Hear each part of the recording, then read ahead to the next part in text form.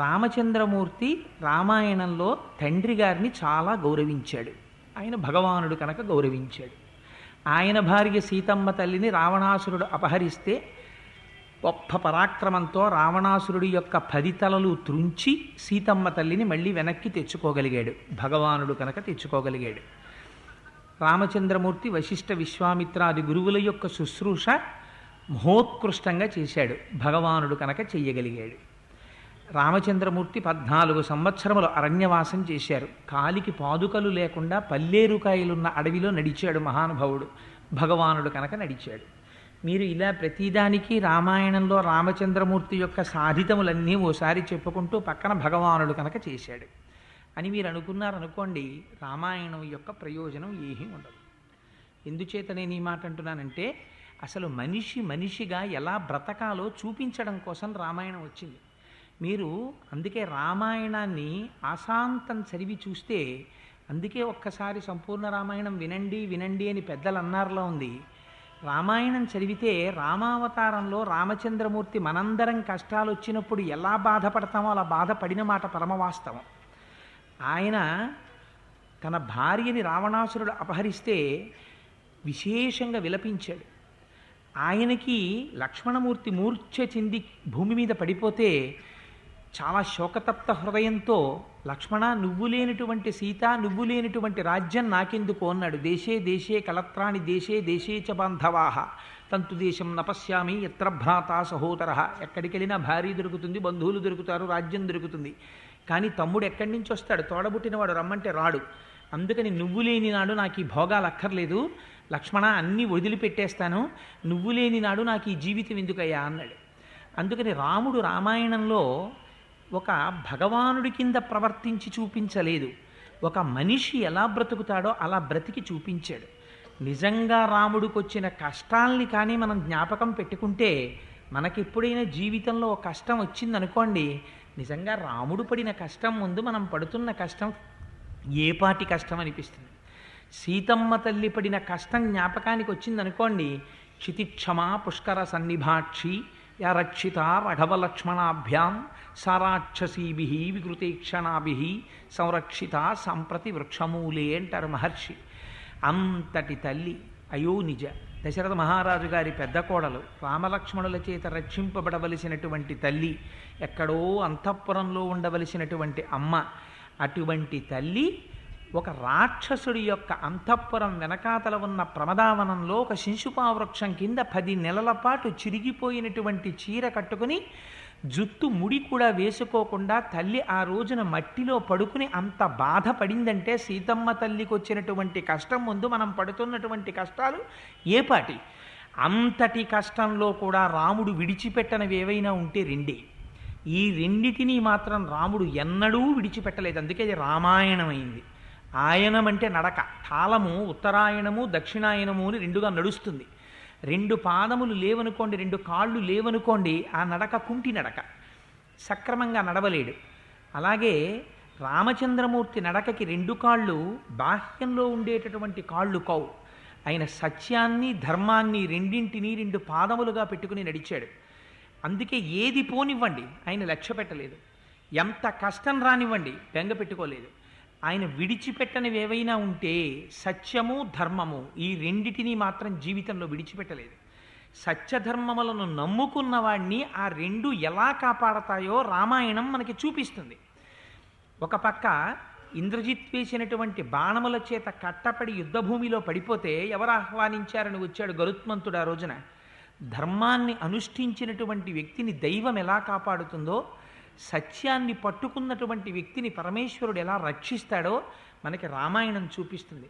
అందుకే రామాయణం ఎంతకాలం ఉంటుందో, రామాయణం ఎంతకాలం చదువుకుంటామో, రామాయణం ఎంతకాలం వింటామో, రామాయణం పట్ల విశ్వాసం మనకి ఎంతకాలం ఉంటుందో అంతకాలం మాత్రమే మానవత్వం కూడా నిలబడుతుంది.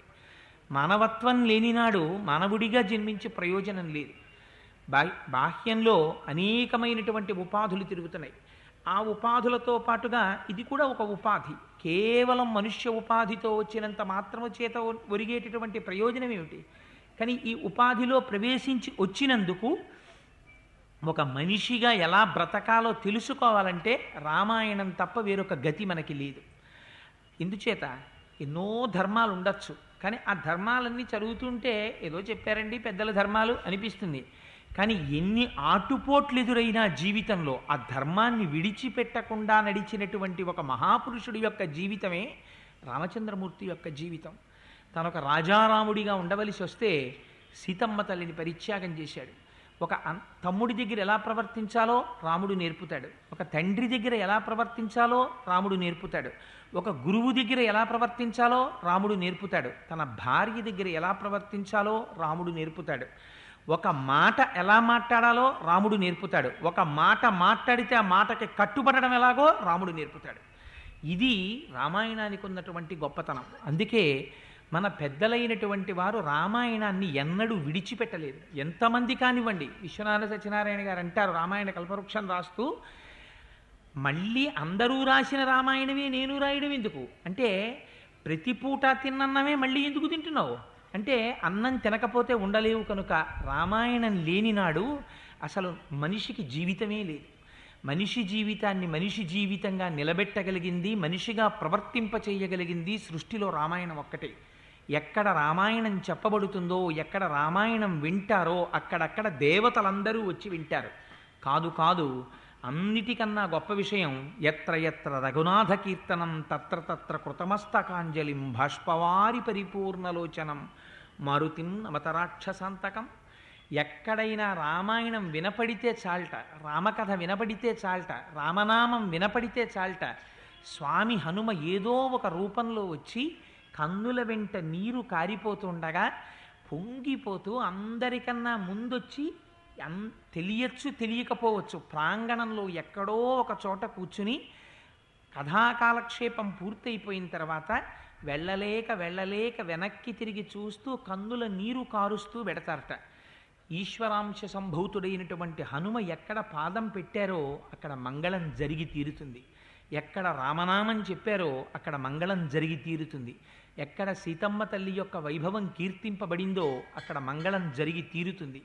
అంత పరమోత్కృష్టమైనటువంటి రామాయణాన్ని ప్రారంభం చేస్తూ బాలకాండలో ఒక అద్భుతమైనటువంటి శ్లోకంతో ప్రారంభం చేస్తారు మహర్షి.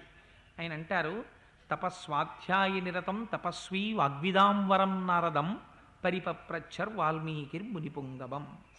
అందులో అంటారు,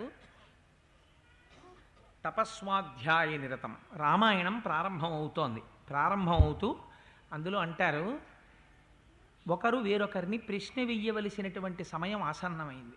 ఎవరు ఎవరిని ప్రశ్న వెయ్యాలి అంటే, వాల్మీకి మహర్షి నారద మహర్షిని ప్రశ్న వెయ్యాలి. ఎవరిని ఎవరు ఎంత అందంగా ఇచ్చారో చూడండి ఆ ఇవ్వడం. తపస్వాధ్యాయ నిరతం తపస్వి వాగ్విదాంవరం నారదం పరిపప్రచ్చర్ వాల్మీకి మునిపుంగవం. నారద మహర్షిని ఉద్దేశించి పరిప్రశ్న వెయ్యడానికి సిద్ధపడుతున్నారట ఎవరు? వాల్మీకి. అసలు ఆ వాల్మీకి అనేటటువంటి మాటే చాలా ఆశ్చర్యకరమైనటువంటి పేరు. ఎందుచేత అంటే, మనకి వాల్మీకి మహర్షి గురించి లోకంలో అనేకమైనటువంటి కథలున్నాయి. అసలు వాల్మీకి అంటే పుట్టలోంచి బయటికి వచ్చిన వారు కాబట్టి, వాల్మీకము నుంచి ఉద్భవించినటువంటి వారు కాబట్టి వారికి వాల్మీకి అని పౌరుషనామం వచ్చింది. అసలు వాల్మీకి మహర్షి యొక్క జీవిత వృత్తాంతం ఏమిటి? అసలు ఈ వాల్మీకి ఎవరు? ఈ ప్రశ్న స్కాంద పురాణంలో వేశారు. స్కాంద పురాణంలో వ్యాస భగవానుడు సనత్కుమారుణ్ణి అడిగాడు, వాల్మీకి ఎవరు? ఆదికావ్యమైనటువంటి రామాయణాన్ని రచించగలిగినటువంటి సమర్థత వాల్మీకి మహర్షికి ఎక్కడి నుంచి వచ్చింది, ఎందువల్ల వచ్చింది, నాకు చెప్పవలసింది అని అడిగితే సనత్కుమారుడు చెప్పాడు. ఆ రోజున వాల్మీకి మహర్షి యొక్క అంశ చాలా ఆశ్చర్యకరమైంది. ఎందుచేత అంటే, పూర్వం సుమతి కౌశికి అనబడేటటువంటి ఇద్దరు దంపతులు ఉండేవారు. ఆ దంపతులకు అగ్నిశర్మ అనబడేటటువంటి కుమారుడు జన్మించాడు. కానీ ఆ అగ్నిశర్మకి బాల్యంలో తండ్రి గారు వేదాన్ని పఠింపచేస్తే తగినంతగా అబ్బలేదు. సరే, అలాగే తండ్రి గారు కష్టపడి వేదం నేర్పుతున్నారు, ఆ అగ్నిశర్మ ఆ వేదాన్ని నేర్చుకుంటున్నాడు. సాధారణంగా బ్రాహ్మణులు ఆ రోజులలో ఒకరిచ్చేటటువంటి దానము చేత ధర్మము చేత జీవనం చేసేవారు. అది కూడా ఎంతో అవసరం పడితేనే దానం పట్టేవారు, లేకపోతే దానం పట్టేవారు కాదు. అటువంటి స్థితిలో ఆ రాజ్యమంతా క్షామం వచ్చింది. అసలే క్షామంతో అలమటించిపోతున్నటువంటి రాజ్యంలో దాన ధర్మాలు ఎక్కడి నుంచి జరుగుతాయి? అందుకని దాన ధర్మములు లుప్తమైపోతున్నాయని అగ్నిశర్మ తన భార్యని, తల్లిదండ్రులైనటువంటి సుమతి, కౌశికిని తీసుకుని అరణ్యంలోకి ప్రవేశించి అక్కడ ఒక వటకుటీరాన్ని నిర్మించుకొని అక్కడ దొరికినటువంటి కందమూలాలు, తేనె మొదలైనవి తెచ్చుకుని జీవనం గడుపుతున్నాడు. కానీ వేదం తగినంతగా నేర్చుకున్నవాడు కాకపోవడం చేత, సాత్వికమైనటువంటి ప్రవృత్తి లోపించడం చేత ఆ అరణ్యంలో తిరిగేటటువంటి దారి దొంగలతో స్నేహం కుదిరింది. వారితో స్నేహం చేశాడు. వచ్చిపోయేటటువంటి వారినందరినీ వేధించి వారి దగ్గర ఉన్నటువంటి సొమ్ముని అపహరించడానికి అలవాటు పడ్డాడు. ఆయన ఒకనాడు అదృష్టం, అటుగా మహర్షులు వెళ్ళిపోతున్నారు. వెళ్ళిపోతుంటే ఆ మహర్షుల దగ్గరికి వచ్చి, వాళ్ళ దగ్గర ఏముంటాయి మహర్షుల దగ్గర? వాళ్ళు కట్టుకున్నటువంటి వస్త్రాలు, చేతిలో ఉన్నటువంటి బ్రహ్మదండం, కమండలం అవి ఉన్నాయి. దొంగవాడికి ఏది దొరికినా లాభమే కదా, అదేం కష్టపడి సంపాదించాలి కనుకనా. అందుకని మీ దగ్గర ఉన్నటువంటి ఈ వల్కములు, ఆ బ్రహ్మదండము మొదలైనటువంటివన్నీ కింద పెట్టండి, లేకపోతే మీ ప్రాణాలు తీసేస్తానన్నాడు. అంటే అత్రి మహర్షి అన్నారు, ఏమయ్యా దేనికోసం ఇంత కష్టపడి ఇతరుల యొక్క ప్రాణములను కూడా తీసి నువ్వు ఈ సంపాదన ఇలా సంపాదిస్తున్నావు అని అడిగారు. ఆయన అన్నాడు, నా పొట్ట పోసుకోవడానికి, నన్ను నమ్ముకున్నటువంటి నా భార్యా బిడ్డలు తల్లిదండ్రుల యొక్క పొట్ట పోషించడానికి అన్నాడు. నీ పొట్ట పోసుకోవడానికి, నీ వారి పొట్ట పోసుకోవడానికి ఇంతకన్నా వేరొక వృత్తి నీకు దొరకలేదా? ఇంత కష్టపడి సంపాదిస్తున్నావే, ఇన్ని పాపములు మూట కట్టుకుంటున్నావే, ఇన్ని పాపములు మూట కట్టుకొని నువ్వు సంపాదించినటువంటి ధనంలో దాని వలన సంపాదించినటువంటి సామాగ్రితో జీవనం గడుపుకుంటున్నటువంటి నీవారని నీవనుకుంటున్న వారు నీ పాపములో ఎంత ఫలితాన్ని తాము కూడా వాటా తీసుకోవడానికి సిద్ధంగా ఉన్నారో వెళ్ళి అడిగిరా అన్నారు. ఈ మాట ఏదో కొంచెం ఆలోచించవలసిందిగా అనిపించి సరే మీరు ఇక్కడే ఉండండి, వెళ్ళిపోకండి, నేను మళ్ళీ వస్తానన్నాడు. వాళ్ళు ఎందుకు వెళ్ళిపోతారు? ఋషులు. మేము ఇక్కడే ఉంటాం, వెళ్ళిరమ్మన్నారు. వెళ్ళి అడిగాడు, తల్లిని అడిగాడు, తండ్రిని అడిగాడు, భార్యని అడిగాడు, బిడ్డలను అడిగాడు. వాళ్ళు అన్నారు, పోషించడం నీ కర్తవ్యం, నువ్వు పోషిస్తున్నావు. ఎలా తెచ్చావు, ఎక్కడి నుంచి తెచ్చావు మాకు అనవసరం, నువ్వు తెచ్చావు మేము అనుభవిస్తాం, నువ్వు ఎలా తెచ్చావన్న దానికి ఫలితాన్ని నువ్వు అనుభవిస్తావు, అందులో వాటా మేమేం పుచ్చుకోమన్నారు. చాలా బాధ కలిగింది. ఇన్నాళ్ళు ఇన్ని తప్పు పనులు చేశాను, ఇప్పుడు ఈ ఫలితం పుచ్చుకునేవాడు ఎవరూ లేరు, నేనే అనుభవించాలి ఈ ఫలితాన్ని. ఈ మాట చాలా క్లేశంగా అనిపించింది. ఇప్పుడు ఎవరు నన్ను రక్షిస్తారనుకున్నాడు. చేసినటువంటి పాపములు నివృత్తి కావాలి, అది ఆ సమయంలో ఆయనకున్న కోరిక రామాయణం రాయడం కాదు. ఆయన ఇంత పాపం నేను మూట కట్టేసుకున్నాను, దీన్ని వాటా వేసుకునేవాడు లేడు, కాబట్టి ఈ పాపం నాకు ఎలా పోతుంది, ఈ బెంగ పట్టుకుంది. పరుగున మళ్ళీ ఋషుల దగ్గరికి వచ్చాడు. ఋషుల దగ్గరికి వస్తే వచ్చి పశ్చాత్తాపంతో కన్నీరు కార్చి నా పాపములు పోయేటటువంటి మార్గాన్ని ఉపదేశం చేయమని అడిగాడు. అడిగితే ఋషులు అన్నారు, అత్రి మహర్షి వంక తిరిగి, ఆధ్యాత్మిక, ఆదిభౌతిక, ఆదిదైవికమనేటటువంటి తాపములకు అతీతమై త్రిగుణాతీతుడవై ఉండేటటువంటి వాడివి కదా మహానుభావ, నీ మాటల వల్ల కదా ఇంత మారేడు ఒక దారి దొంగగా ఉన్న బ్రాహ్మణుడు, అందుచేత నువ్వే వారికి ఏదైనా ఉపదేశం చెయ్యవలసింది అన్నారు.